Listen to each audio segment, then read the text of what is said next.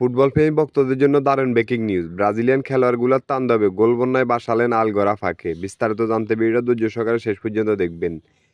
গতকাল রাতে FC champions লিগের ক্লাসিক্যাল হাই ভোল্টেজ ম্যাচে আল হেলাল মাঠে নেমেছিল আলগোরাফার বিপক্ষে।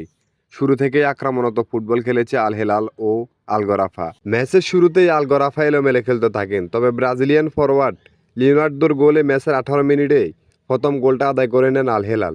তবে প্রথম গোলটা আদায় করে নিল বারবার সুযোগ পেয়েছিল ব্রাজিলিয়ান ফরওয়ার্ড ম্যালকন। তিনি কয়েকবার সুযোগ পেয়েছেন গোল করার। অসাধারণ সুযোগগুলো তিনি আজকের এই গুরুত্বপূর্ণ ম্যাচেই মিস করেছেন।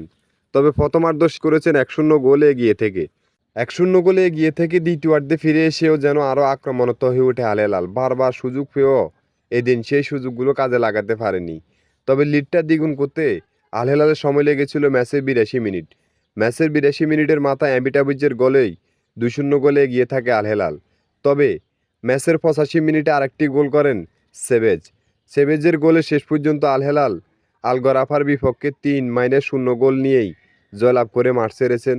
তো নেইমার বিহীন আল হেলালের ম্যাচটা দেখতে আপনার কেমন লেগেছে? যদিও নেইমার ছিল না, একজাক্ট ব্রাজিলিয়ান খেলোয়াড় ছিল এই ম্যাচে, আর তাদের তাণ্ডবেই দুর্দান্ত ম্যাচ উপহার দিয়েছে হাজারো দর্শককে। তো আজকের খেলাটি কেমন লেগেছে? যদি খেলাটি ভালো লেগে থাকে অবশ্যই আমাদের চ্যানেলটি সাবস্ক্রাইব করে আমাদের পাশে থাকবেন খেলাধুলার আপডেট নিউজ পেতে।